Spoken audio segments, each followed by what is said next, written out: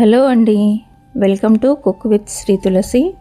ఈరోజు స్పెషల్ నిమ్మకాయ పులిహోర అండి. ఇది అందరికీ తెలిసిన రెసిపీయే.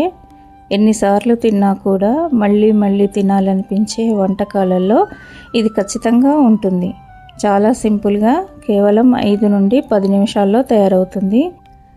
తయారు చేసుకునే విధానం చూద్దాం రండి. ముందుగా ఒక ప్లేట్లో ఉడికించిన అన్నాన్ని తీసుకోవాలి. నేను ఇక్కడ 250 గ్రాముల రైస్ తీసుకున్నాను. ఇందులో ఉప్పు వేసుకున్న నిమ్మరసం పోసుకుని అన్నానికి బాగా పట్టేలా కలుపుకోవాలి. ఈ క్వాంటిటీ రైస్కి 2 నిమ్మకాయల రసం సరిపోతుందండి.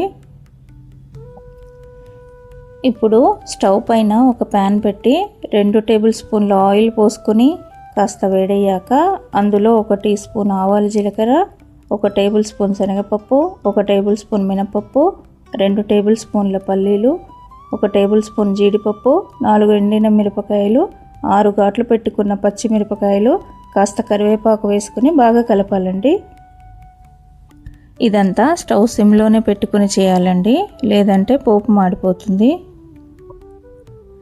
తర్వాత 1/2 టీ స్పూన్ పసుపు, రుచికి సరిపడే ఉప్పు, కాస్త ఇంగువ వేసుకుని ఇప్పుడు నిమ్మరసం కలిపిన అన్నాన్ని ఈ పోపులో వేసి బాగా కలపాలి.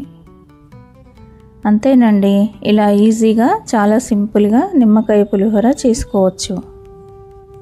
ఈ వీడియో గనక మీకు నచ్చినట్లయితే లైక్ చేయండి, షేర్ చేయండి. మరెన్నో రుచికరమైన రెసిపీస్ కోసం మన కుక్ విత్ శ్రీ తులసి ఛానల్ని సబ్స్క్రైబ్ చేయండి.